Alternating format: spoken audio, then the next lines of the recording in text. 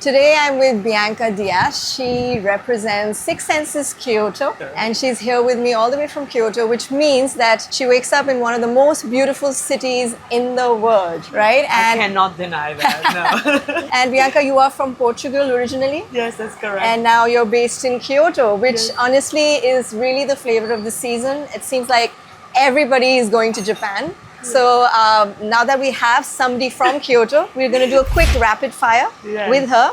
So everybody is going to Japan right now. So is the hype real, or are we just following each other's itineraries? No, I think he's real, it keeps getting better. And there is definitely a hype. It's a destination that everyone is going, but it's worth it. It's not just a destination that people goes and they are disappointed. They always want to come back. It's a repeat destination. Yeah, for sure. So Bianca, you've been there for about a year. So what is that one cultural mistake that you made, or you have made? Some of them I might not even know I made them, because Japan is full of unspoken rules. So the business culture is really big. You cannot really put the business card in your back pocket, because that's disrespectful. So there is so many unspoken rules. So maybe even if I broke them, I don't even know if I did or not. That's something you keep in mind. So business card, always have it in your hand. Don't put it in your pocket, guys. Don't put it in your pocket. No pocket. Keep it in your hand. Put it in your wallet. But So Bianca, what does a slow morning in Kyoto look like? Kyoto is very slow. It's the slowest city because it's so cultural. So I would say a slow morning is wake up early morning. You can start with a hike. There is amazing viewpoints of the city, or just go to the river. The city has the Kamo River, so you can go there for a stroll. Then the coffee culture in Japan is also, you have to go and see it. Coffee matcha. So I would say do 2-3 coffees, and then come back to the hotel, get ready for your day, and then have a nice experience. So a slow morning is really, don't have it planned, and just enjoy the city, because the mornings especially in Kyoto, they are unbeatable. They are one of the best routines you can have. Amazing. And I believe you started a running club. Tell us about that. I did, I love running, and Kyoto is one of the most runnable cities you can ever find. So when I went there, as a foreigner that doesn't speak the language, there is always challenges, right? Like, because you want to belong, you want to understand the culture, but you are also from the other side of the world. So you want people to, still be part of your routine. So I started the run club, and it's a mix of tourists, but also we have locals. So it's a very good cultural exchange. So I have this girl, she goes every week, and she goes because she wants to learn English. So I go with her.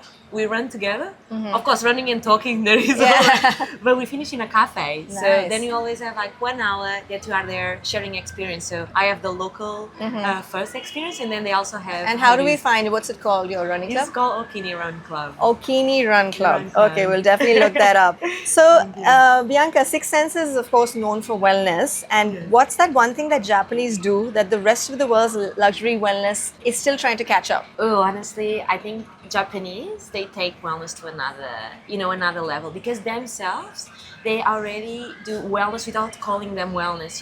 They meditate. That's something that they have done years and years. So when you have all of the the cultural sides, the religious sides there, Japanese, they just do it. And when you say, oh yes, you're doing like meditation, that's a big hit. That's everyone is doing, and everyone is calling wellness. So I think Japanese is just embodied to their lives, that their way of living, the way of that they eat, for example, like they fill the body with the right things at the right time. They have a lot of pickles, so the pickles really helps to start the day, so your body is full of energy for the rest of the day. So this is called wellness. Like, wellness is not only a treatment, right? It's a way of life. Feel. So they do it, and everyone should do it in the same way. And the slow living, everyone is in a fast pace, but they still live in a way that you can really enjoy living. So I would say we need to learn that. I mean, from London, that's where I was based, and Delhi, everything is non-stop.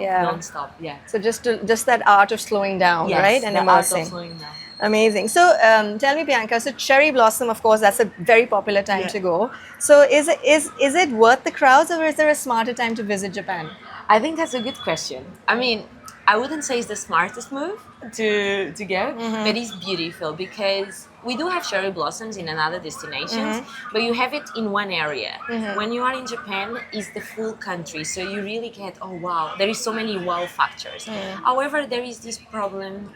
It's not the problem, it's the over tourism, right? There is everywhere, and Sure. when the destination gets popular, then sometimes the experience gets affected. So I would always say May, October, shoulder seasons, they are my favorite seasons to visit because the temperature is nice, the crowds are less, and you can really enjoy and take it slow.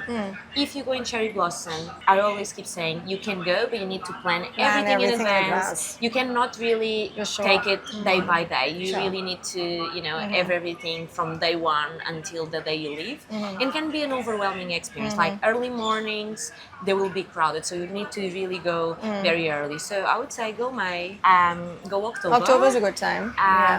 And then November, autumn foliage season is also very beautiful.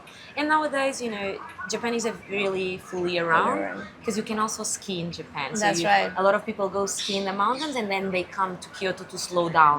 We had a lot of clients doing. So it's basically an all-year destination now. It is. So what is that one thing that even the most well-traveled people get wrong about Japan? You know what? I think they get surprised. They get surprised. They think, oh, I have seen everything in the world and I've traveled so much. And then when they go to Kyoto, I think the surprise is why they don't speak in English. And the reason why people is still so rooted is why the experience is so good. Right. So they welcome everyone, but they still get very connected to their own culture and their country. So when people go, they are surprised and not in a negative way. They are like, oh wow. It's refreshing that it's still so different while being part of this world. They're still so kind of entrenched in their own culture. And it's also like how a city, for example, that welcomes so many people throughout the year can still be clean. The cleanliness. Yes. People are like, oh, I heard it's clean, but the amount of people that is here, how it can be so clean, so safe. You can be at 3 a.m. outside. Is that if you lose something in Japan, it's gonna be found. You can leave your phone in the train station. You call. The phone is there. And this is something that people with the amount of tourists, because the tourists behaves differently in Japan. They adapt. It's like maybe they will throw garbage on the floor if they are in their own country. When they go there, they will have their own bag. They will keep the garbage until they found. Because that's what the norm is, right? Yeah. Amazing. So what's the best meal you've had in Japan since you've been there? Ooh, best meal. Japan is unbeatable when it comes to food. It's one of the best foods in the world. For me personally, the first time you try sushi in Japan, it ruins your experience for life because you can never have sushi anywhere else.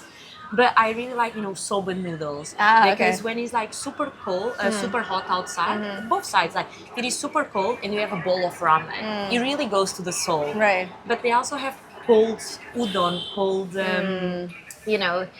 cold soba. So you literally have the soba noodles on the side, and then you have a dipping pot, and then you dip it and eat it. So that's your favorite? That's my favorite, like handmade soba. You see them doing the soba noodles next to you, and then you have the soba. I think that's my that's favorite. your go-to. Yeah. So what's that one thing that you miss from back home that no amount of luxury in Japan can match up to? I know you're from Portugal, from Lisbon. Yes. What's that one thing you really miss? Oh my God. As you can see, I'm very chatty. Yeah. So in Japan, they are a bit more on the closer side and not speaking the language has always that barrier, right? So I would say sometimes I miss, but that's up to me. I need to learn the language so I can interact with them. So it's more, they are very warm, but the hug, the touch, they are very close to you. So I would say that's what I miss the most. Like in Portugal, the first time you meet someone, you hug, there is fire, is a that whole Latin moment. culture we're present. In Japan, sometimes I cannot say if they are sad, if they are happy, and I ask and they're like, no, it's okay. It's always okay. So again, I would say that I know I'm sad, don't bother me now. Like, sometimes you need to be told because you need to read the room. Right. But in Japan, it's very hard because they keep it for themselves. So that's definitely, I would say, what I miss there is someone to tell me, no, I'm sad today, I'm busy, don't bother me now. I see. So, Bianca, what's that one Six Senses experience that you would ask people to just book without even looking up? Oh, Japan itself has amazing experience throughout the country, right? But when you come to Kyoto, is all about living the local life. So, and trying amazing experience. So I would say my favorite, and I will say book it, is like a Zen meditation with a monk. Okay. Because it really brings you back years ago. Because Kyoto was the capital of Japan for nearly 1,000 years, so there is a lot of rooted traditions there. Otherwise, I would say, Kintsugi, which is the art of repairing with gold. That's one of the ones I say you need to do it because it's all about crafts, Kyoto. So you have to do one Yeah. that it kind of makes you feel in the sense of place. We always tell guests what we want you to learn from Japan and from Kyoto and our hotel. The moment you enter our lobby, you feel you are in Kyoto. You want this sense of place. So I would say the activity is definitely that more related to the ancestrals. Of course, like walking tours, they are fantastic.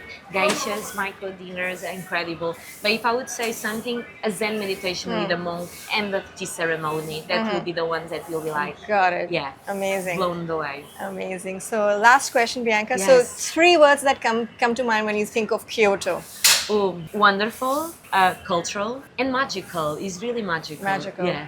Amazing. Thank you. Thank you for your so time. much. Thank No you so worries. much. Really appreciate it. Thanks. Thank you.